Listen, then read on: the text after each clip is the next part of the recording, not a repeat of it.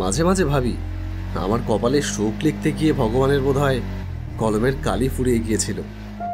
না হলে কেন বড় বড় ডিগ্রি গলায় ঝুলিয়েও আমাকে পার্সেল ডেলিভারির কাজ করতে হবে?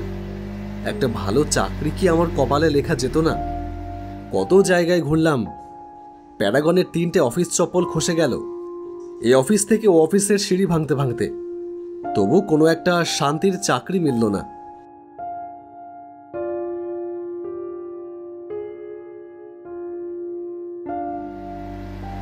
তাই কিছু না পেয়ে এই পার্সেল ডেলিভারি কাজটা যে একেবারে খারাপ লাগে তা না। সারাদিন এদিক থেকে ওদিক ঘোরাঘুরি, বিচিত্র ধরনের মানুষের সাথে কথা বলা, সব মিলিয়ে বেশ ভালোই কাটে সারাটা দিন। তবে মুশকিল একটাই, অর্ডার হলে বৃষ্টি হোক আর আকাশ থেকে আগুন ঝরে পড়ুক, ডেলিভারি করতে যেতেই হবে। এই করতে গিয়ে অনেকবার অনেক বিপদে পড়েছি, তবু কটা টাকার জন্য সেই বিপদকে বুড়ো আঙুল দেখিয়ে আমাদের মতন ডেলিভারি বয়দের ছুটে বেড়াতেই হয়। এর নামই হয়তো জীবনযুদ্ধ। আফসোস করে লাভ নেই। আজ কাজ মিটিয়ে বাড়ি ফেরবার জন্য সবে পা দিতে গেছি, ঠিক তখনই ম্যানেজার বলল, অনন্ত, আর একটা অর্ডার এসেছে, তুমি একটু ডেলিভারিটা করে দিয়ে তারপর বেরো। পারবো না বললেই চাকরি নিয়ে টানাটানি, তাই মুখ বুঝে পার্সেলটা নিয়ে বেরিয়ে পড়লাম। রথিনপুর নামের একটা জায়গা থেকে অর্ডারটা এসেছে। জায়গাটা আমাদের শহর থেকে বেশ খানিকটা দূরে। চলেই এসেছি প্রায়।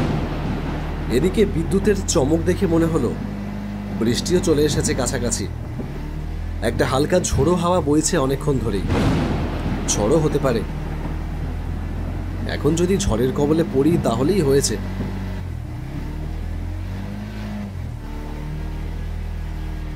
রথিনপুরে ঢুকে কাস্টমারের নাম্বারে ফোন করলাম, কিন্তু ফোনটা নট রিচেবল বলছে। বাড়িটাও তো চিনি না, ফোনে লাইন না পেলেই তো সমস্যা। কাউকে একটা জিজ্ঞেস করা দরকার। ওই তো রাস্তার ধারে একটা চায়ের দোকান দেখতে পাচ্ছি, ওখানে গিয়ে জিজ্ঞেস করি বরং।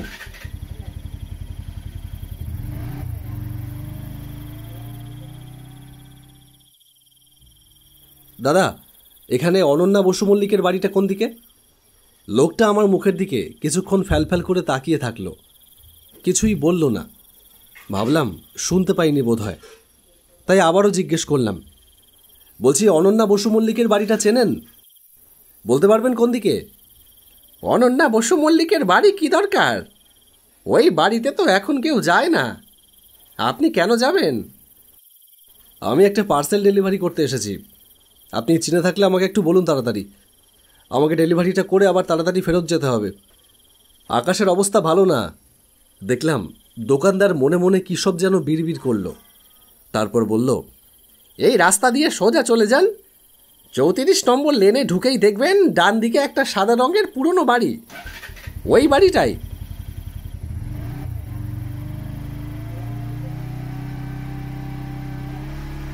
দোকানদারের কথা মতন 34 নম্বর লেনে ঢুকে পড়লাম। একটা ফাঁকা গলি রাস্তা।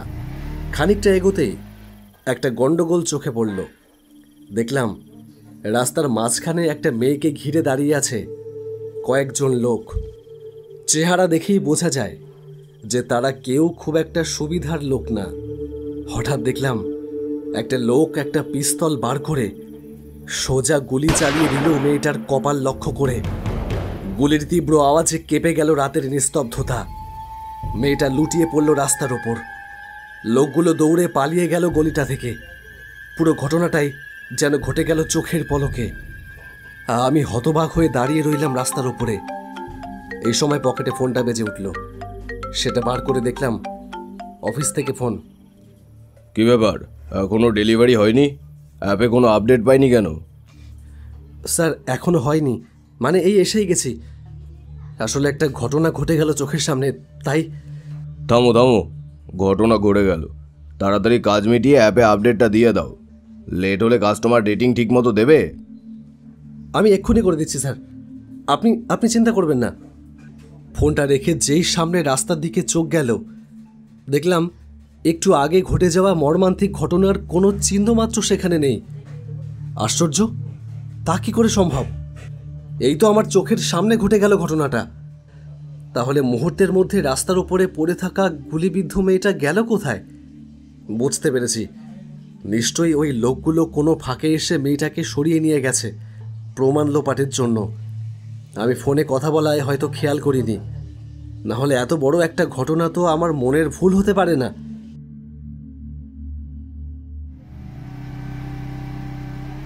34 নম্বর লেনে ঢুকে অনন্যা বসু মল্লিকের বাড়ির সামনে এসে দাঁড়ালাম। দরজাটা বন্ধ, ভেতরে আলো জ্বলছে বলে তো মনে হলো না। আমার কি পার্সেলটা নিয়ে আসতে দেরি হয়ে গেল? দরজায় গিয়ে কড়া নাড়লাম। একবার মাত্র কড়া নাড়তেই দরজাটা ক্যাচ ক্যাচ শব্দ করে খুলে গেল। কেউ নেই ভেতরে। তাহলে দরজাটা খুলল কে? বুঝেছি, নিশ্চয়ই দরজাটা ভেতর থেকে ভেজানো ছিল, বন্ধ করা ছিল না, তাই আমার হাতে ঠেলা লাগতেই সেটা খুলে গেছে। ভেতরটা বড্ড অন্ধকার। আমি ডাকলাম, কেউ আছেন? আপনাদের অর্ডারটা। সামনে একটা টেবিল আছে দেখুন, ওখানে রেখে চলে যান, টাকাও টেবিলেই রাখা আছে। আওয়াজটা আসছে ওপর থেকে। আমি অন্ধকারের ভেতর চোখ চালিয়ে দেখলাম বসবার ঘরের মাঝখানে একটা টেবিল, তার উপর একটা পেপারওয়েট দিয়ে টাকাটা চাপা দেওয়া রয়েছে। আমি আর কোনো কথা না বলে এগিয়ে গিয়ে টেবিলের ওপরে অর্ডারটা রেখে টাকাটা নিয়ে বেরিয়ে গেলাম ঘর থেকে। ঘরটার পরিবেশ আমার ঠিকঠাক লাগছিল না। সারা ঘরময় কেমন একটা আষ্টে গন্ধ, একটা ঠান্ডা ঠান্ডা ভাব। বাইরে বেরিয়ে মনে পড়ল কাস্টমারের রেটিংটা নেওয়া হয়নি। ওটা না নিয়ে ফিরে গেলে ম্যানেজার ছেড়ে কথা বলবে না। রেটিংটা নেবার জন্য আবার সেই ঘরের ভেতরে যেতে হবে। কিন্তু সেই কাস্টমারকে তো দেখতেই পেলাম না, ওপর থেকে কথা বলছিল। ওই ঘরের ভেতরে আবার ঢোকবার কোনো ইচ্ছেই ছিল না, কিন্তু যেতে হবে, কিছুই করার নেই। আবার এসে ঢুকলাম সেই ঘরের ভেতর। একটু নিচে আসবেন, রেটিংটা নেবার ছিল। ম্যাডাম, ম্যাডাম একবার নিচে আসবেন। কোনো উত্তর এলো না। মনে হচ্ছে আমাকেই ওপরে যেতে হবে। অস্বস্তি হচ্ছে খুব। কি আর করবার, চাকরিটা বাঁচানোর জন্য করতেই হবে।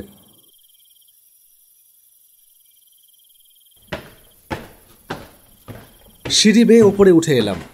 জানলাটা পেরোতে গিয়ে হঠাৎ খোলা জানালা দিয়ে আমার ঘরের ভেতরে চোখ পড়ল। আর তখনই আমার সিঁড়ি দাঁড়াবে যেন একটা বরফের স্রোত খেলে গেল। খাটের ওপরে বসে আছে এক মহিলা। তার চোখের জায়গায় দুটো আলোর বলয় জ্বলে রয়েছে।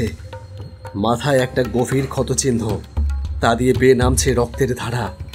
খাটের ওপরেও শুয়ে আছে একই রকমের আরও এক প্রেত শরীর। সারা শরীরের রং বিবর্ণ, ফ্যাকাশে। এরা কেউই মানুষ হতে পারে না। এরা প্রেত, পিশাচ। নিজের চোখকেও যেন বিশ্বাস করাতে পারলাম না যে আমি যা দেখছি তা সত্যি। মহিলাটি আমার দেওয়া পার্সেলের ভেতর থেকে বার করে একটা কেকের টুকরো খাইয়ে দিচ্ছে সেই বিছানায় শুয়ে থাকা পিশাচকে। এই ভয়ানক দৃশ্য দেখবার পর আমার মুখ থেকে আচমকাই একটা আর্তনাদ বেরিয়ে এলো। আমার আর্তনাদে সেই পিশাচিনী আর বিছানায় শুয়ে থাকা পিশাচ ঘাড় ঘুরিয়ে তাকালো আমার দিকে। তাদের ভয়ানক চাহনি দেখেই বুঝলাম আমার এই অযাচিত আগমন তাদের পছন্দ হলো না। তারা দাঁত বার করে কটমট করতে থাকলো আমাকে দেখে। আমার ভাবগতিক সুবিধার মনে হলো না। বুঝলাম এক্ষুনি এখান থেকে পালানো দরকার, না হলে বিপদ ঘনিয়ে আসতে পারে। তাই সেখান থেকে দৌড়ে কোনো রকমের সিঁড়ি দিয়ে নিচে নেমে এলাম। তারপর বাইরে বেরোতেই যাব, এমন সময় দেখলাম দরজাটা আপনা আপনি বন্ধ হয়ে গেল। সারা ঘরে ছড়িয়ে পড়েছে একটা অপার্থিব ঠান্ডা ভাব আর আষ্টে গন্ধ। চলে যাচ্ছেন যে, এসেছেনই যখন, তখন না হয় আরেকটু দাঁড়িয়ে যান। পেছন ঘুরতেই দেখলাম সেই নারী মূর্তি আমার ঠিক পেছনে এসে দাঁড়িয়েছে। কাপা কাপা গলায় বললাম, কে আপনি? আমি এক হতভাগিনী, যে সারাটা জীবন ভাগ্যের কাছে মার খেয়েছি। শুনবেন আমার গল্প? হ্যাঁ হ্যাঁ হ্যাঁ, শুনবো। বেশ, তাহলে শুনুন। নিজের ভালোবাসার মানুষের হাত ধরে বাড়ি থেকে পালিয়ে গিয়ে বিয়ে করেছিলাম। এই বাড়িটায় ভাড়া থাকতাম আমি আর আমার স্বামী নিলয়। ভালোই ছিলাম আমরা। নিলয় একটা কারখানায় কাজ নিল। তাতে যা মাইনে পেত তাতে আমাদের দুজনের সংসার ভালোভাবেই চলে যেত। কিন্তু হঠাৎ একদিন ঘটে গেল চরম বিপর্যয়। কাজ থেকে বাড়ি ফেরবার পথে নিলয়ের অ্যাক্সিডেন্ট হলো। পেছন থেকে একটা ট্রাক এসে ওকে ধাক্কা মেরে দিল। নিলয় প্রাণে বেঁচে গেল ঠিকই, কিন্তু ও উঠে দাঁড়াবার শক্তি হারিয়ে ফেলল চিরকালের মতো। ডাক্তার বলল, দেখুন, নিলয়বাবুর মেজর ফ্র্যাকচার হয়েছে। অপারেশন করালে রিকভারি করতে পারে, তবে সে অপারেশনে অনেক টাকা খরচ। কত টাকা ডাক্তারবাবু? তা প্রায় 4 লাখ ধরে রাখুন। ছুটে গেলাম বাবার কাছে। কি করে ভাবলি আমি টাকা দেব? 1 টাকাও দেব না। যে মেয়ে পরিবারের সম্মানের কথা না ভেবে বাড়ি থেকে পালিয়ে গিয়ে বিয়ে করে, সেই মেয়ে আমার কাছে মৃত। আমি 1 টাকা না করিও দেব না তোকে। তুই এখন আসতে পারিস, আর কোনোদিনও যেন এই বাড়িতে আসবার দুঃসাহস না দেখাস তুই। কথাটা যেন মাথায় থাকে। ওর অপারেশন করাতে পারলাম না। সংসারটাকে বাঁচিয়ে রাখবার জন্য আমি হসপিটালের আয়ার কাজ নিলাম।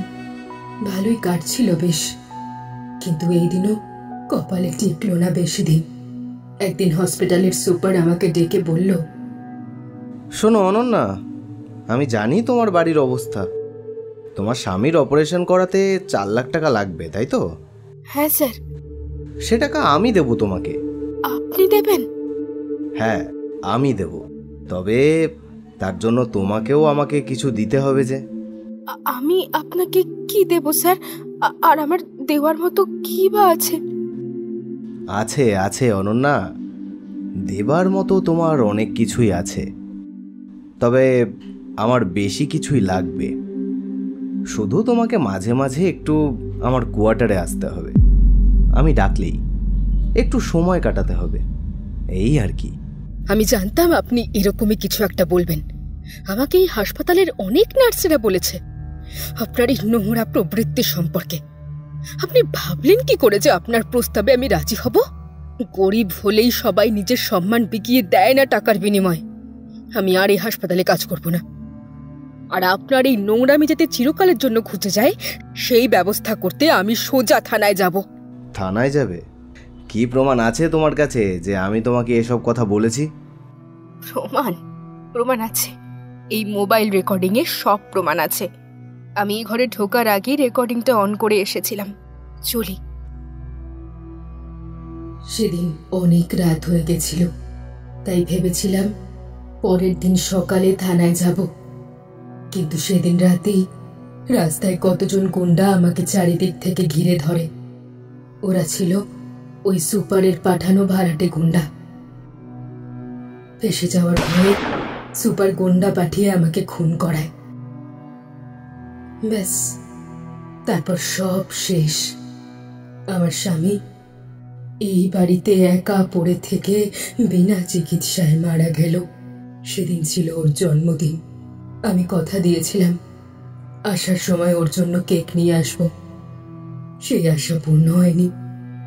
সবটুকু অপ্রাপ্তির জন্য প্রতি বছর এই দিনেই আমরা দুজনে ফিরে আসি। আমি কেক খাইয়ে দিই ওকে, তারপর ফিরে যাই অপার্থিব জগতে। আপনার প্রতিশোধ নিতে ইচ্ছে করে না? আমাকে মারবার পর ওরা ভয়ে গলি থেকে পালিয়ে যায়। তার কিছুক্ষণ পরেই ওদের মোবাইলের কথাটা মনে পড়ে, তাই তারা আবার ফিরে আসে, আমাকে রাস্তা থেকে তুলে নিয়ে যায়। তারপর মোবাইলটা খুঁজে বার করে সেটাও নিয়ে চলে যায়।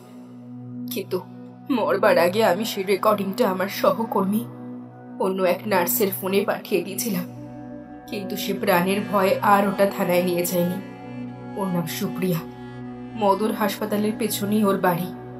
আপনি যদি ওর কাছ থেকে সেই রেকর্ডিংটা থানায় নিয়ে যান তাহলে ওই সুপারের শাস্তি হবে, আর তাতেই আমার আত্মার শান্তি। বেশ, আমি কথা দিলাম, কালই আমি যাব সুপ্রিয়ার বাড়ি। ওই সুপারের যোগ্য শাস্তি হওয়াটা দরকার।